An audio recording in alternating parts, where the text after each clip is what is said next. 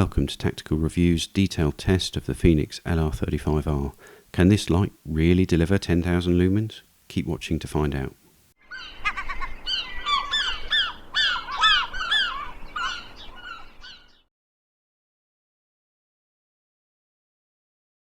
So where is this 10,000 lumen giant? Clearly not a TK15.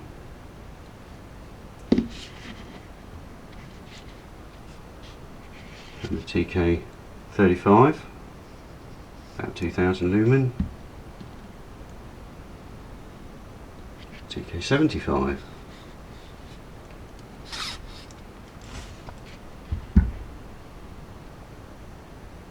Sitting amongst these and really not standing out because of its size, the LR35R.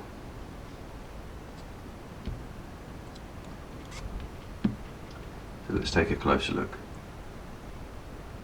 Just starting in the closer view with the TK35 still in view, so it really is quite incredible that the LR35R is smaller than the TK35. The TK35 holster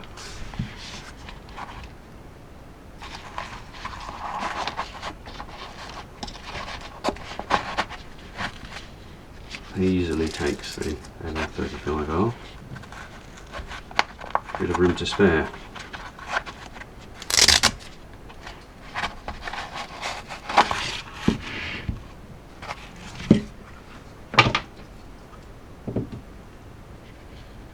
So let's have a little bit of a closer look around this. So this is a pre-production sample, so it has had a little bit of use, has a few marks on the anodizing, and didn't come with any of the bits that you'll get if you buy a brand new one, but it's in its basically final form.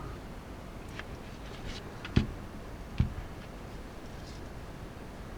if I just take this apart, some interesting design details inside here. So in order that the positive terminals line up exactly with those in the head, the threads have got a little step in them, so you get a positive stop as you put the light together, and that's it.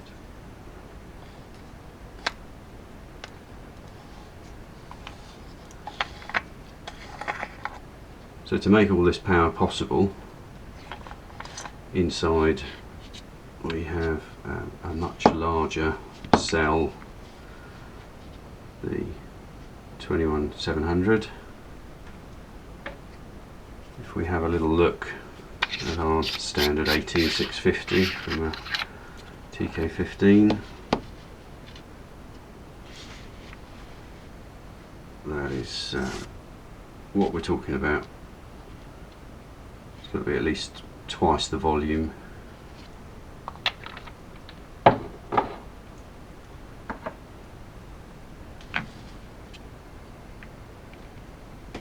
And then we have a lovely group of emitters in a compound reflector.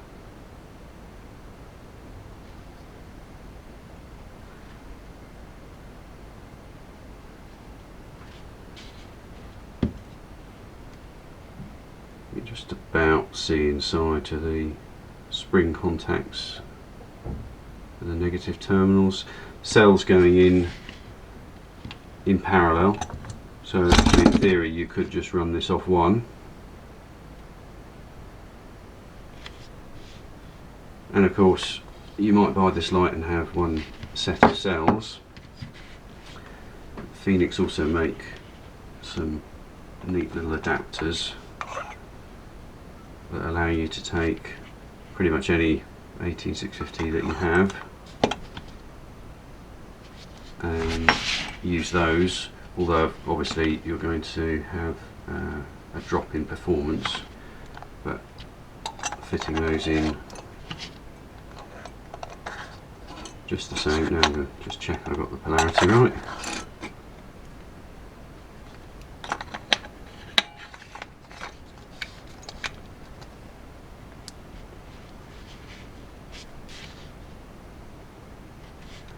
So giving you options for power. Let's get back to the cells that it comes with.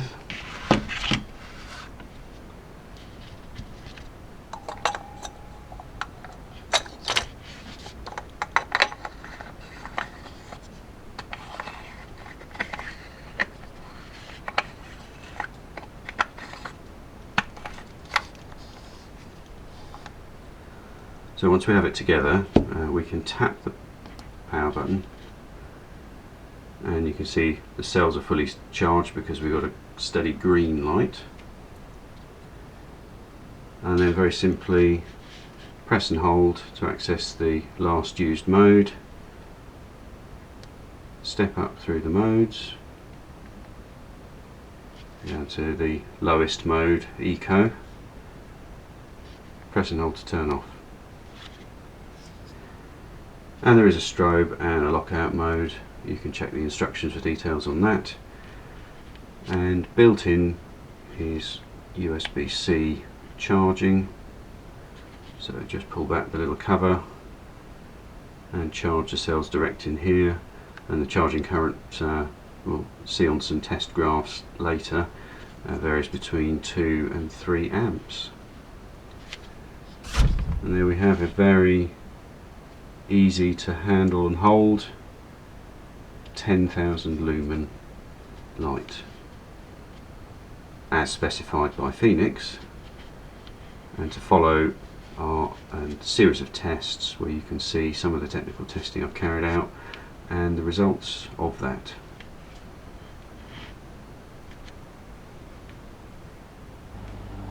So I thought I'd give you a little idea of what it takes to measure the parasitic drain in a light like this.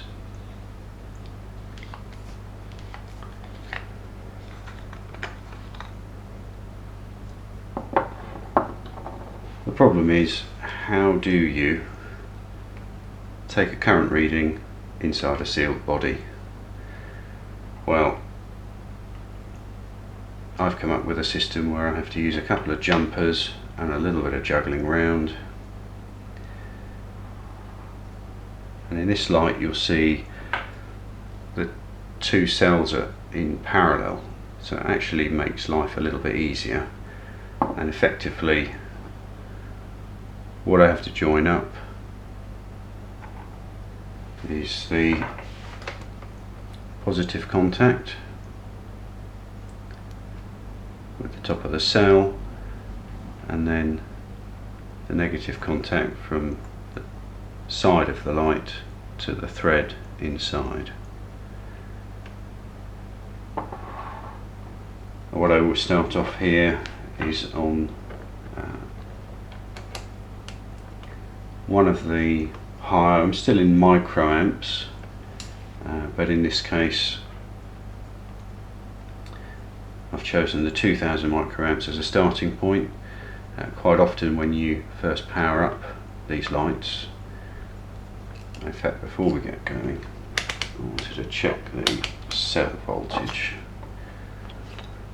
from the internal charging.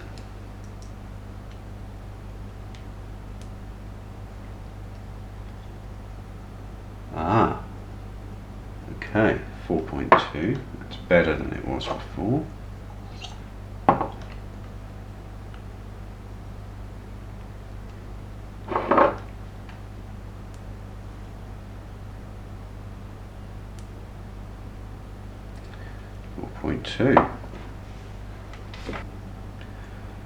So because the cells are in parallel, I actually only need one of them in here, and with the meter set to a higher level than I expect to measure,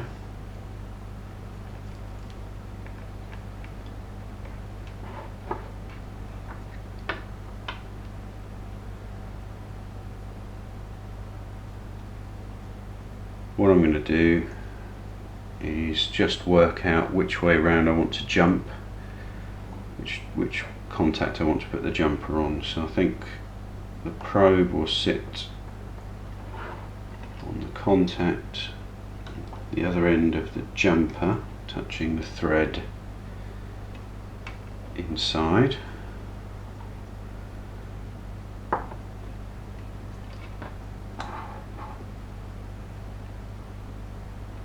And then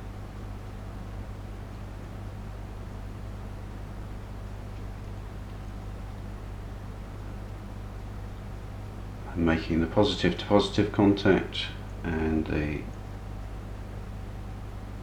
side contact. Now initially that jumps to quite a high value,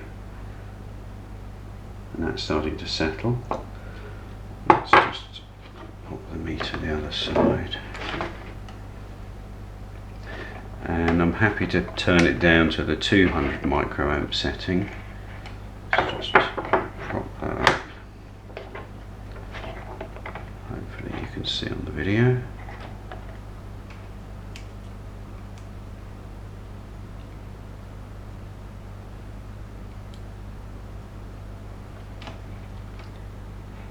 Positive contact, edge contact, out of range, and back down into range.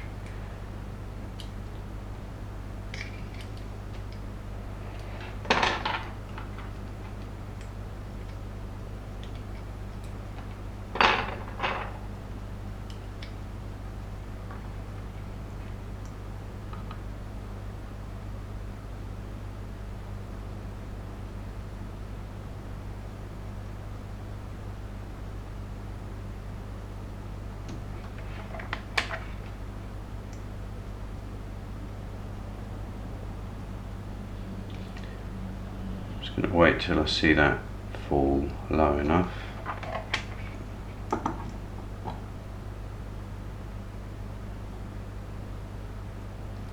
And now you can see the microamp reading dropping.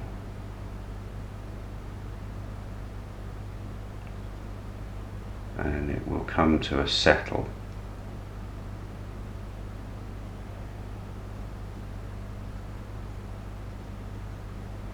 As long as I don't lose contact. So 5.5, 5.4. So I'm not getting the best contact, but there you can see what it takes to get the parasitic drain measurement. So unusually, the Fenix LR35R in initial testing hasn't come up to specification, unusually for Fenix that is. So you're joining me in a little troubleshooting session with a couple of different options to see whether or not the test results improve, change or whatever. First of all, just to point out, because this wasn't supplied with a holster, the TK35 holster works extremely well for this. It's actually smaller than the TK35.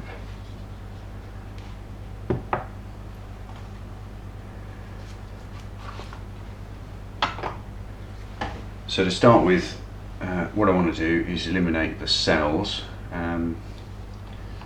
The LR35R comes with two 21700 Fenix 4000 milliamp hour cells.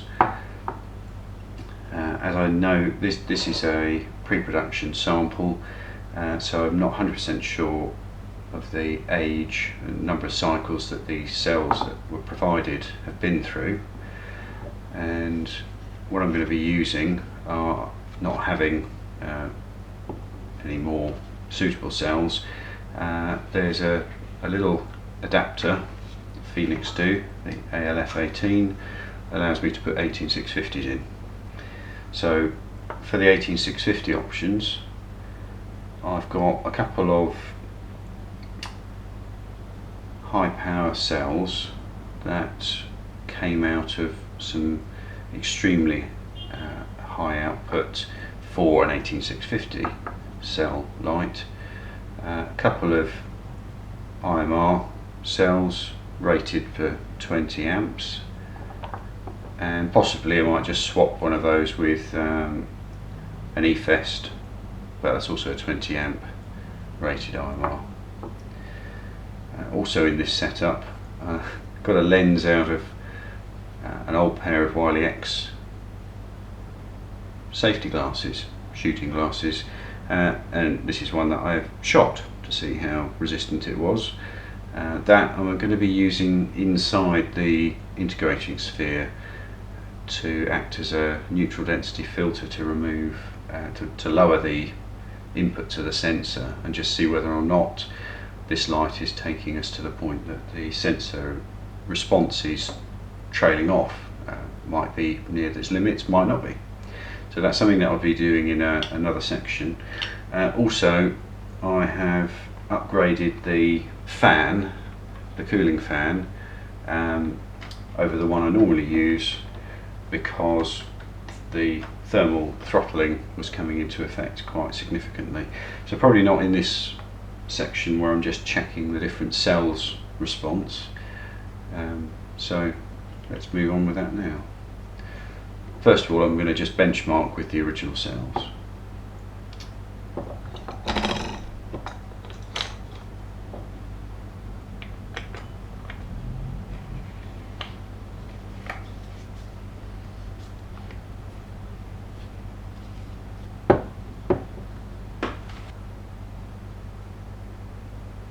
With the logged output, I'm waiting for the ANSI 30 seconds to pass.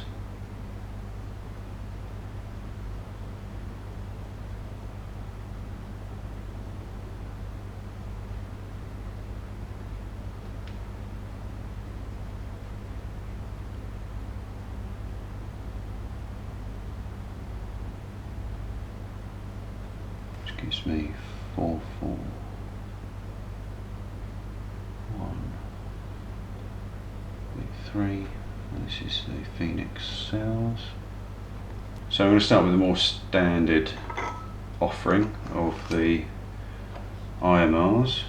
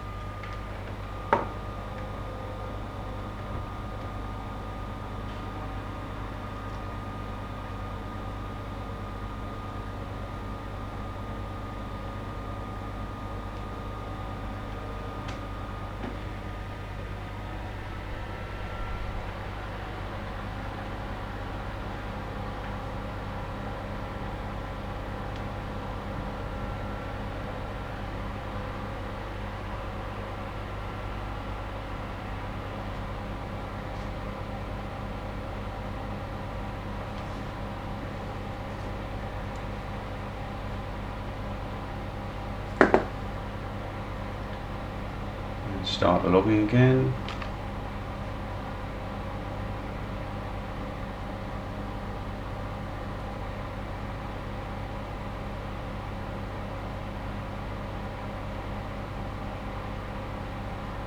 Already these are not performing as well.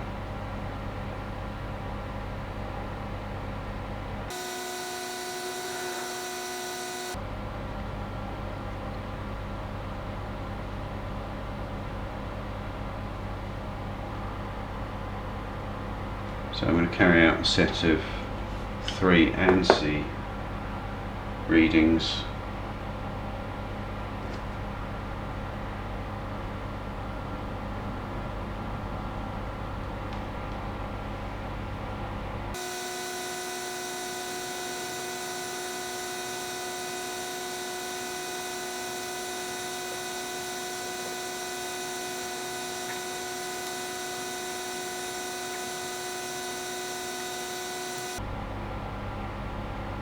exactly the same and consistent, which gives me my benchmark for after modifying the sphere sensor.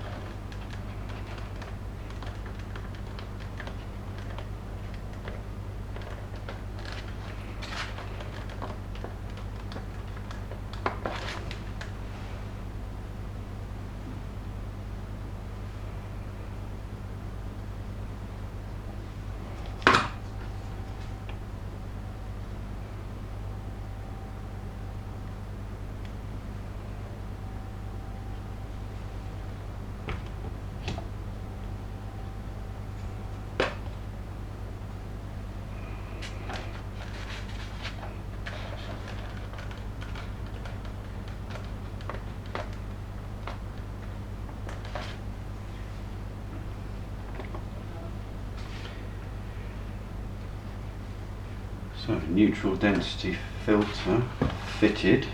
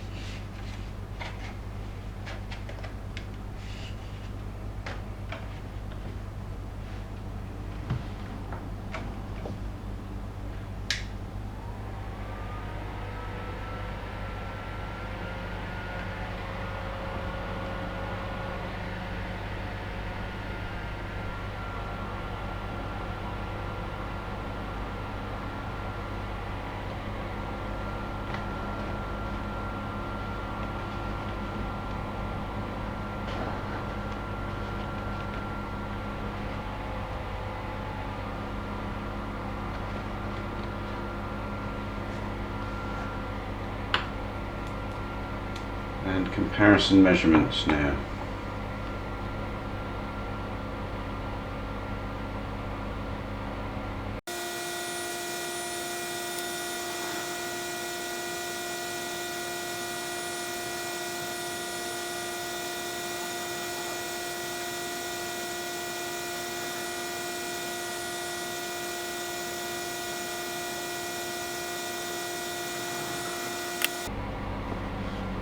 And complete consistency again, and unsurprisingly with the lens that I've put in there, it's an approximate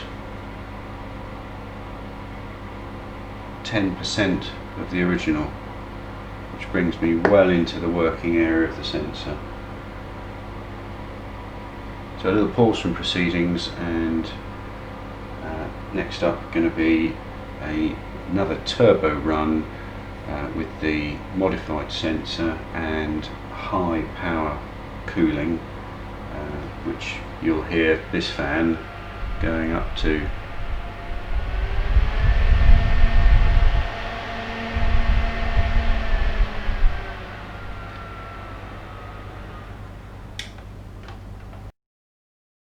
Throughout the review and testing process, I've been taking detailed measurements, and in this section we're going to look at a number of graphs and other images to give you the real performance of this light. First up, we're looking at the USB charging and logging the input current so that you can see the efficiency and performance of the charging circuit built into this light that's got to charge two very large cells. On the first image here is actually just the first minute or so of the actual charging, and Fenix have implemented a kind of pulse charging. It starts off at surprisingly lower current, about 2.2 amps, but this keeps cutting off and giving the cells a rest before feeding in the next pulse of charging current. The next of the images then has got a slightly longer period of time where you can see all of these pulses going in.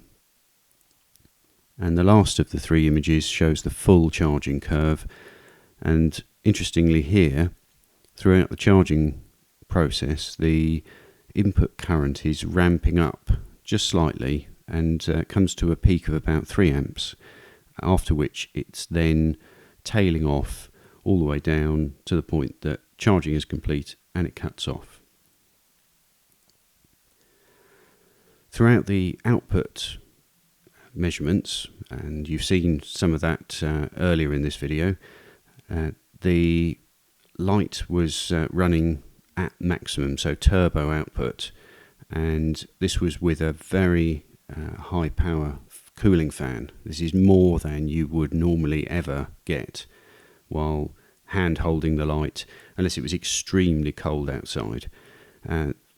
What I've included here are a couple of thermal images. This is taken with a FLIR Scout TK monocular camera, and you can see how the head of the light is very bright, and this is transferring into the body slightly and required quite a lot of cooling to keep this under control.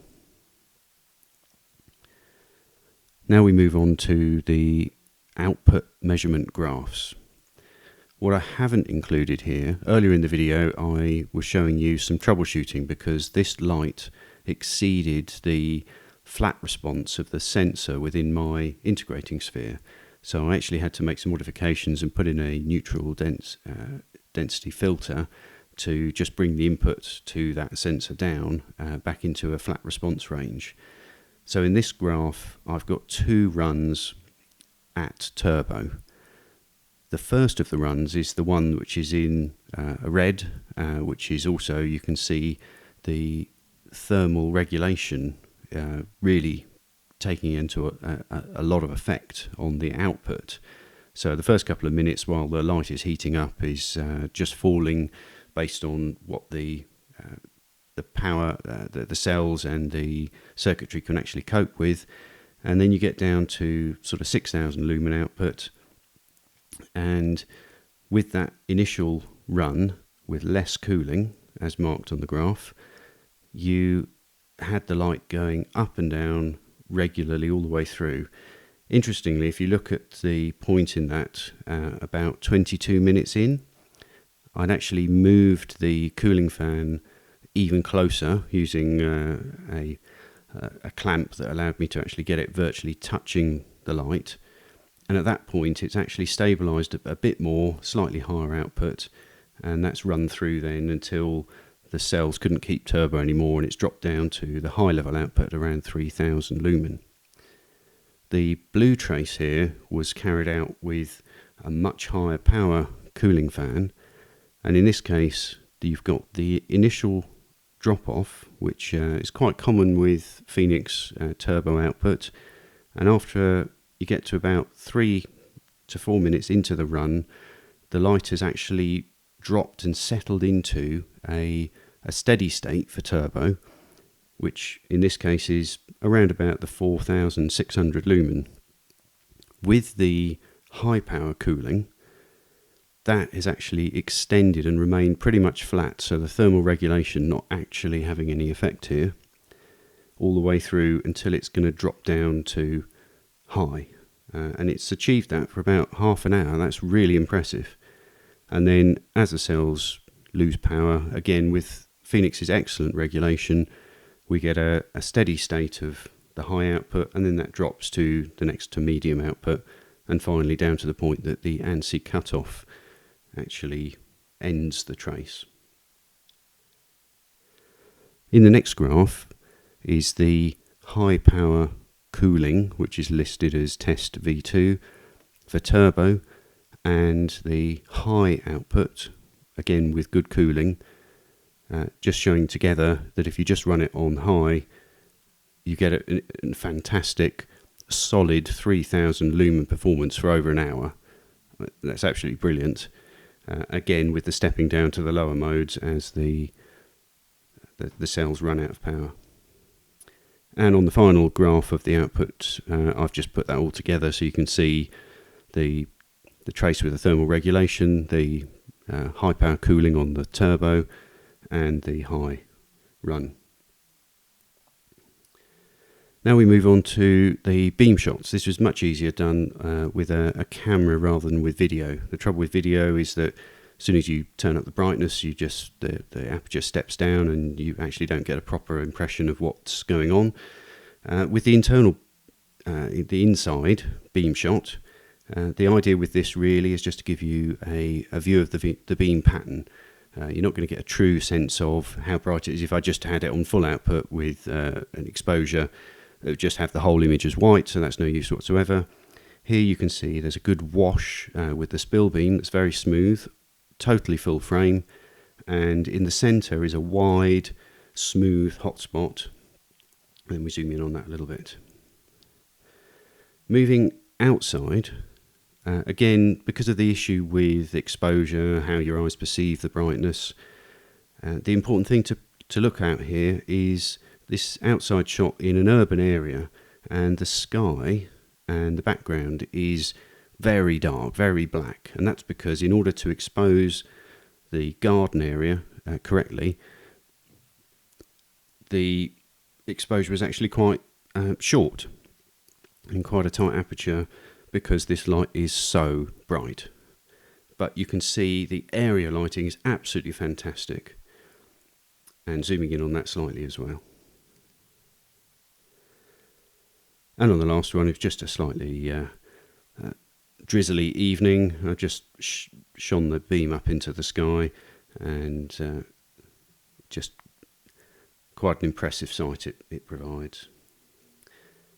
So as you've seen here, there is a static write-up, or there will be, on the Tactical Reviews website, and in that you can have a look at the table of output figures. And what Fenix have achieved here is quite incredible. A hand-sized light, smaller than the TK35, and it does go over 10,000 lumen at switch on. It's over 10,000 lumen at the ANSI output 30 seconds later after switch on. It's crept slightly under that. You'll see that in the graph and in the table of results. But the performance of this is incredibly solid and really quite incredible for the size of light it is.